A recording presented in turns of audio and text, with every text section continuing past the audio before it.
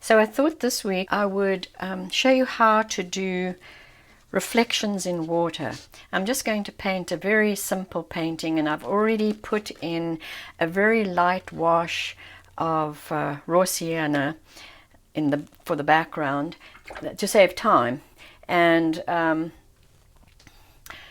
going to just paint some trees. I'm just using a couple of colors. I'm using raw sienna, Payne's Grey, and burnt sienna, and I'm going to make a green with Payne's Grey and raw sienna, and just do a row of trees, and let's vary the color a little bit. Put some, add some burnt sienna, and I've divided the paper up into thirds, and I'm doing the trees in the top third, and the rest of it's going to be water. And this is wet on dry painting for the trees, and then for the reflections we're going to do wet on wet. Now, a couple of things that you need to know when you're doing reflections: that when the object that's being reflected is dark, the reflections are lighter, and when the object is light, the reflections are darker. I learned that in art school, and whenever I look now at things that are reflected in water, I always try to remember that and have a look and see if that is in fact so, and it does in fact seem to be so. Now remember, water levels itself, so you have to have a very straight line where your bank is. That's another thing to remember in doing reflections, which is very important. So I'm just doing some basic, whoops, I'll wipe that out just now. I'm just doing some basic tree reflections. Let's add some raw sienna to that, and try to remember to keep our line straight. And just remember, the edge of the bank is usually a little darker than the trees. Just put some trees there, make it look a little nicer. Put in some more burnt sienna to give some variety, and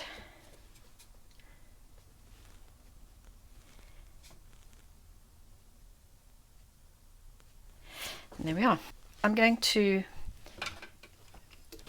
wet the water area now. In fact, I'll even wet it up to the bank, which should start bleeding into the water. And we don't want to make it too wet where you do your reflections, but we want it wet enough that the reflections will look diffused rather than hard-edged. So now for my reflections, I always like to use my flat brush, believe it or not. It seems, for me it's easier. You can use whatever you want. I'm just using my flat brush. And so the reflections, because the trees are more or less dark except for this one here. In fact, I just want to add a little more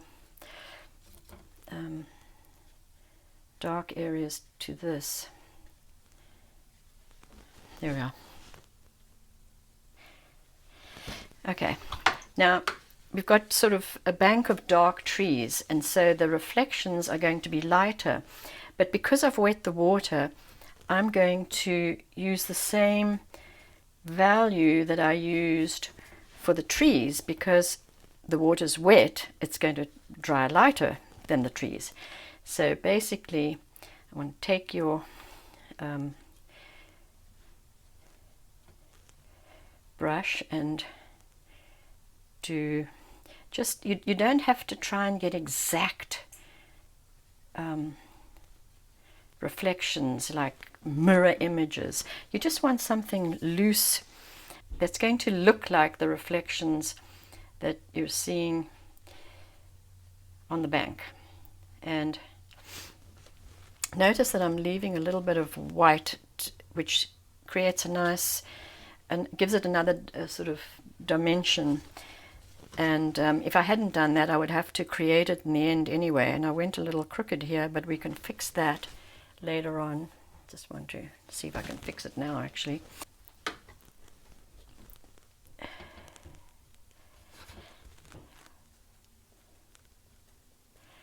So the area is already starting to dry, so just remember, you just drag with the brush and add your colors more or less where they are. Don't try to overthink it. It really is just, you're trying to be loose about it. I want to just enhance the water here. The color, just maybe I should have done this before I did the reflections, but so you can see that even though I've done it with the same intensity, it's and it's going to dry even lighter, so I'm going to do it a little more intensity.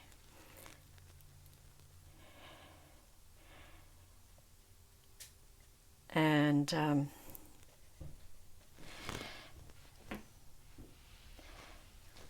when I'm going to wait for this to be damp, and then I'm going to put some ripples in through it, and just want to add some more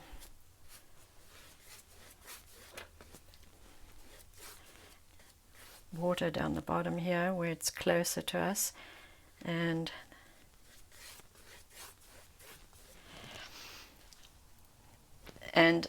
do you see how effective the little bits of white that I left? You don't want to leave it all the way along, but it's nice to have it in sections. And you can do little touch-ups while it's still wet, and you don't want to overdo it there. See, this was very wet. It could have been a little light, a little drier when I did the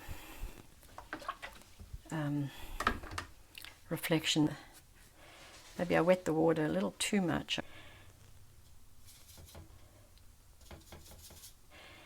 And just touch up here and here, because this is going to dry a lot lighter. And I'm not going to fiddle with this anymore, or I'm going to spoil it. But basically, that is how you do reflections in water. I'm going to take a smaller brush, flat brush, and see if I can do the ripples. And you basically don't want to overdo it, but you want you wet your brush and then you dry it off. And just as the ripples come closer to you, they're larger, and as they go further away, they are smaller. So we can just, and you've got to keep wiping your brush because what happened there. My painting is still a little too wet to do the ripples, but I'm just giving you the idea of how to do this. So that's how you do reflections in water. I hope you enjoyed this little demonstration, and if you did, please give me a thumbs up and subscribe to my channel, and I'll see you next week with another demonstration. Have fun.